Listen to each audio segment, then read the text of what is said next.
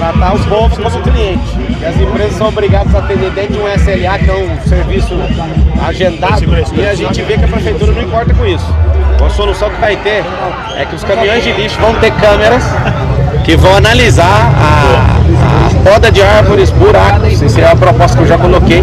Não vamos usar de um carro para fazer isso, vamos usar um recurso que já existe.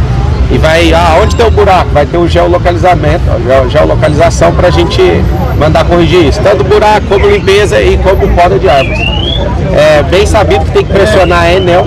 A Enel é uma grande companhia, mas ela está falhando bastante e colocando assuntos que não fazem sentido. Uma poda de árvore é um negócio que não pode deixar para depois. A gente tem um problema de contrato também na prefeitura. Hoje está custando R$27 mil para tirar uma árvore que foi condenada, né? A gente vai revisar esses contratos e nós vamos tratar o povo como cliente. Porque as empresas, por exemplo, eu já trabalhei em telecomunicação, as empresas que descumprem, elas têm que pagar multa multimilionária para a Anatel. Então a gente vai tratar o povo como cliente. A sensação do povo vai ser de ser patrão de verdade. Hoje é de descaso total. Marcelo, você está numa área nobre da cidade aqui, e São Paulo tem o IPTU progressivo. Então ele varia de acordo com a revisão da planta genérica de valores. Em alguns casos, em alguns anos passados, os prefeitos preferiram reajustar o IPTU com base só na inflação, até sem revisar a planta genérica de valores, que é a base de cálculo para o imposto. O senhor é a favor do IPTU progressivo? O que o senhor pretende fazer?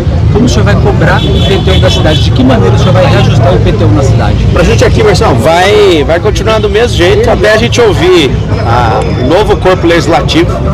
A minha tendência, né, sendo um bom gestor e revisor de contrato e de tudo, é que o povo pague menos impostos. O presidente Bolsonaro fez isso, foi o único dos 39 presidentes que já passou na história do Brasil que conseguiu diminuir imposto e aumentar a arrecadação. É fato que se você deixar engatilhado um imposto progressivo, o governante senta naquilo e fala para o povo pagar de qualquer jeito. Eu lembro bem quando eu tive um sonho de ter uma empresa, quando eu cheguei em 2019 aqui em São Paulo, e o que me assustou foi o IPTU. Na Avenida Paulista eu corri de lá, porque a gente não tinha dinheiro para pagar o IPTU da empresa que a gente queria instalar ali.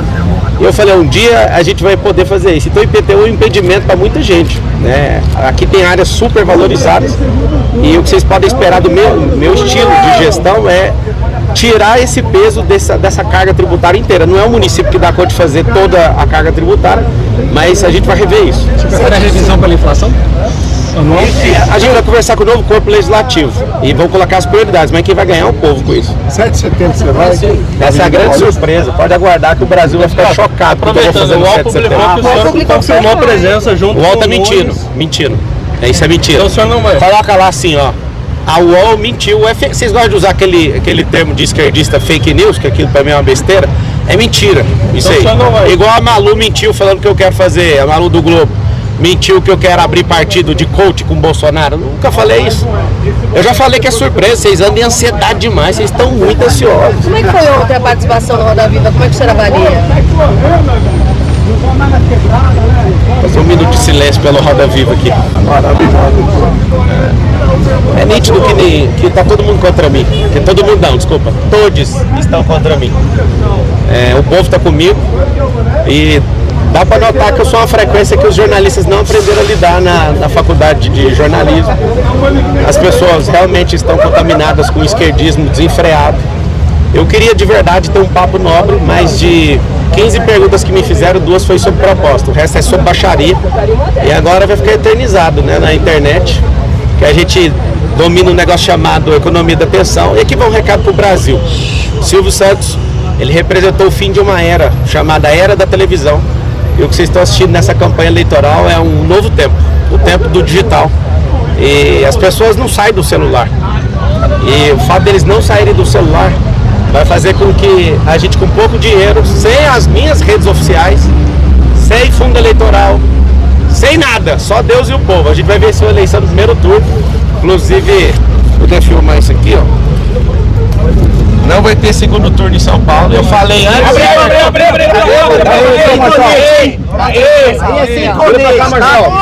Aí, é isso que vai acontecer. Eu avisei que eu não tinha 5%. No Veritá que acertou Hoje saiu outra, né? É porque eles vão ficar forçando a barra com essas pesquisas para ver se o povo é ludibriado, mas o povo já tá com a gente, não tem como. Falta pouca coisa para bater os 50, alguma coisa. Tá tudo certo. O candidato, uma perguntinha na Roda Viva. O senhor fez algumas conjecturas sobre 2026, inclusive o senhor disse que será muito difícil derrotar o Lula numa disputa eleitoral. Muito né? difícil. O senhor começou a desenvolver esse raciocínio, mas acho que não concluiu. Pelo que eu entendi, o senhor ali, se houver um chamamento do bolsonarismo, eventualmente, se for uma necessidade para derrotar o Lula, o senhor aceitaria entrar nessa disputa? É isso que eu entendi? Cara, eu vou te falar uma coisa. Isso pode trazer problema para mim, mas eu vou falar. Se eu disputar essa presidência em 2026, só se o Lula morrer. Tá bom. A sua campanha está processando a campanha... Vaso ruim no quebra, então... Como? A campanha do senhor está processando a campanha da candidata Tabata por causa dos vídeos que foram feitos associando o senhor ao crime organizado. Quer comentar alguma coisa a respeito desse assunto? O senhor de fato está processando? É um pedido seu? Só isso que eu tenho a dizer, quem está lá em quinto lugar lá atrás, só isso. Mas a campanha o senhor confirma que eu tenho um tanto de advogado lá, o Nelson Williams, melhor do Brasil, Paulo Amiro, tem juiz do TRS, estão trabalhando lá, eu nem fico acompanhando isso. Minha energia é com o povo. Não quero agradar ninguém, a não ser o povo, que é o povo que vai votar em mim. Vocês mesmos, de tanto me encontrar todo dia, vocês vão digitar o 28, certeza, no dia 6, que vai ser o dia da vingança. Vingança do povo, rapaz. Pelo que eu entendi, então, em 26, você aceitaria concorrer contra o Tarcísio, por exemplo? Não, é só se o Lula morrer, pode escrever de jeito. Marçal assume em rede nacional que se o Lula morrer, ele é candidato a presidente. Pronto, pode fazer jeito. Concorreria com o Tarcísio. Tarcísio não dá conta de concorrer comigo, não. Mas se o Lula morrer, não tem ninguém pra ganhar isso aí. Fica tranquilo, ele não vai morrer, que vaso ruim não quebra. Ainda sobre o... A Janja que segure, porque já foi 2 esposas e tá faltando a terceira para ele pedir a música do Fantástico. Ainda sobre o Roda Viva, o senhor comentou ontem, foi perguntado sobre Alexandre de Moraes. Queria saber se o senhor tem algum receio de se posicionar em relação a ele. Todas as vezes que alguém me perguntou, eu respondi. Quem tem que fazer alguma coisa com o Alexandre de Moraes é o Senado. Eu duvido que o Pacheco é homem para fazer alguma coisa. Mas fazer uma avaliação sobre as decisões dele, inclusive... Cara, minha avaliação jurídica tem exagero. Eu, que fiquei 5 anos na faculdade de Direito, acho que a Suprema Corte está politizada. Entendo o comportamento para tentar frenar, na verdade, o que o bolsonarismo criou. Agora ela precisa voltar ao normal. Já tem 2 anos de governo Lula, por que não volta ao normal, entende? A população em geral não sabe o que acontece no Supremo Tribunal Federal. Igual o impeachment da Dilma. Aquilo não é jurídico, aquilo é político-jurídico. Você precisa de um argumento jurídico, 1% e 99% é político. O senhor já se manifestou de forma contrária ao impeachment do Moraes. Nunca falei isso. Você está inventando. O senhor não disse que essa é uma questão... Nunca falei isso, vocês estão querendo empurrar mais uma oportunidade de indicar um ministro. Vocês estão querendo empurrar isso aí. Eu fui candidato a presidente em 2022 justamente porque o Lula ia indicar 34 ministros aos tribunais superiores e 2 ministros do Tribunal Superior, do Supremo Tribunal Federal. Eu acredito, inclusive, que ministro do STF tem que ter 8 anos de mandato e não até os 70 anos na aposentadoria compulsória. Eu acredito que essa indicação que vem do presidente da República faz os ministros ficarem refém do presidente. Eu acredito que a gente tem que voltar a ter ministros que são técnicos, não os próximos, né? Eu quero que muita coisa mude nesse país. A minha entrada na política não é só sobre São Paulo, é sobre o país. Eu pergunto isso porque essa é uma das pautas do 7 de setembro, né? O impeachment do presidente, do ministro Alexandre de Moraes. Como é que o senhor se sente em relação a isso, se for realmente comparecer? Há algum tipo de constrangimento nesse sentido? Eu estou mais preocupado com o Lula convidando o MST para fazer o desfile de 7 de setembro. Eu acho isso um caos. Se ele fizer isso, ele é um idiota, que o MST, ao contrário das Forças Armadas que sempre nos defenderam, tem coragem de invadir propriedade dos outros, fazer crianças chorarem quando as terras são invadidas de família que trabalharam duro. Então, se o Lula quiser ser um idiota para queimar a história dele, ele que coloca o MST, que não deve representar 0,2 do que esses caras fazem e do que o agro representa nesse país. Isso aí é uma completa idiotice. Sobre o Malafaia que está organizando o evento, ele usou o próprio Instagram para me proibir de ir lá. Eu não recebi convite formal para subir. O que eu vi foi o presidente falando que qualquer candidato pode subir. Agora vocês vão ter a surpresa no 7 de setembro. Em outras oportunidades, o Bolsonaro usou esse evento para, por exemplo, dizer que o Alexandre de Moraes é um canalha, fazer diversos ataques a ele, disse inclusive que não iria cumprir decisões do ministro. Se eventualmente o senhor estiver lá, o Bolsonaro der declarações como essa, o senhor se sente constrangido de alguma forma? É um problema para o senhor? Não, se ele quiser cadeia, ele arruma isso aí. Ele tem que falar da pessoa e aguentar o que fala. O Bolsonaro é um cara corajoso. Vocês acusaram ele de golpe e ele não deu golpe. Agora, se ele tiver a fim de arrumar uma cadeia, o Alexandre está provando aí que tudo que ele está falando, ele está assinando embaixo fazendo. Acho que é um tempo sombrio na República, a gente precisa de alguém para apaziguar isso, não é Lula, não é o Bolsonaro. A gente já criou uma mola, a gente precisa de tranquilizar essa bola. O país está dividido ao meio, a gente precisa de alguém para unificar isso aí. Você acha que é uma solução, então, por parte do Supremo na figura do ministro Alexandre?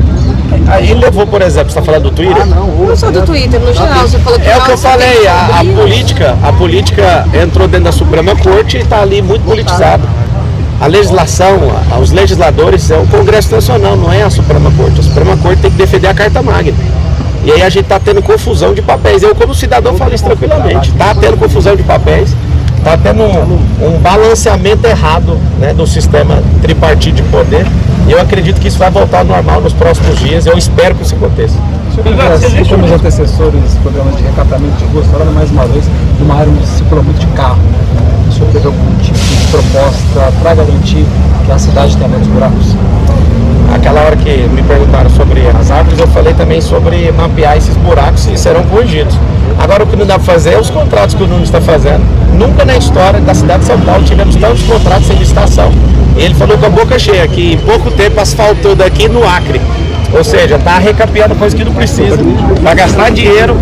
Minha singela opinião, Bananinha, eu acredito que tem roubo nisso aí. E vai ficar provado. Não, vai ser despejado da prefeitura, que eu mesmo vou fazer o despejo. E no final, depois ainda vai puxar uma cadeia. Vocês que gostam de encher o saco com esse assunto, acho perigoso o que você fez para ganhar a eleição. E está despencando. Na Veritá está com 14%. O outro já baixou de 20% aí agora. Acho que vai dar ruim para você, Bananinha. Bananinha, para quem não está entendendo, é o Nunes. Que não tem pujança, estado de comando, presença de comando, estado de espírito para ser prefeito nunca dessa cidade. Candidato, se existe um descompasso entre a sua opinião em relação a Alexandre de Moraes e a pauta do 7 de setembro, o que vai significar exatamente a sua presença lá? Não, o dia 7 de setembro é uma grande surpresa para o Brasil. O Lula vai se revelar um idiota colocando o MST para desfilar lá em Brasília, já que não vai ter público. Pelo menos a gente vai ser humilhado ali mundialmente, para colocar um povo com foice na mão no dia do desfile. Pelo amor de Deus. Outra coisa que vai acontecer, alguém que exagerar, no ano passado alguém prometeu exagerar e tinha um mandado de prisão já escrito, essa pessoa deu uma recuada. Eu acredito que cada ator político ele responde por si próprio. Agora vocês vão ter uma surpresa no 7 de setembro. O que simboliza o 7 de setembro para o senhor? É uma liberdade que a gente não conquistou. A gente tem mais de 200 anos de liberdade e a gente continua preso com esses canalhas. Um crime organizado que está alastrado dentro dessa cidade é por conta desses políticos corruptos. E cada vez que a gente reelege corrupto, a gente faz o crime organizado ficar mais forte. Eu acredito que a gente não foi independente ainda. Não existe independência no Brasil ainda. As pessoas não podem pensar. Eu, por exemplo, eu agradeço vocês deixarem eu responder aqui, porque é só uma pergunta que vocês estão fazendo. Nem o Sabatino tem paz para terminar uma linha de raciocínio. A gente não tem liberdade para responder o que pensa. Eu quero que vocês falem o que vocês quiserem. E também quero ser ouvido. Não respeita a minha fé, não respeita a força de trabalho que eu desenvolvi para chegar aqui.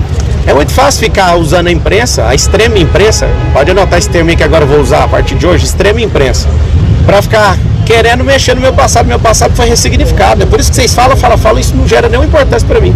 Meu futuro está garantido, eu estou desfrutando, produzindo e transbordando agora, o que tem a ver com isso? E ajudando outras pessoas. E aguento pancada até depois do fim, para bater com força. Só para entender, o senhor disse que nunca havia dito que é contra o impeachment do Alexandre de Moraes. Essa fala foi sua. Só queria entender também. Essa fala foi sua. O que o senhor pensa então a respeito desse? Já falei, eu penso que a gente elege senadores, são 81 senadores e 513 deputados federais. Processo político, mas o senhor não tem uma opinião política sobre isso? Cara, por que eu tenho que ter opinião de tudo?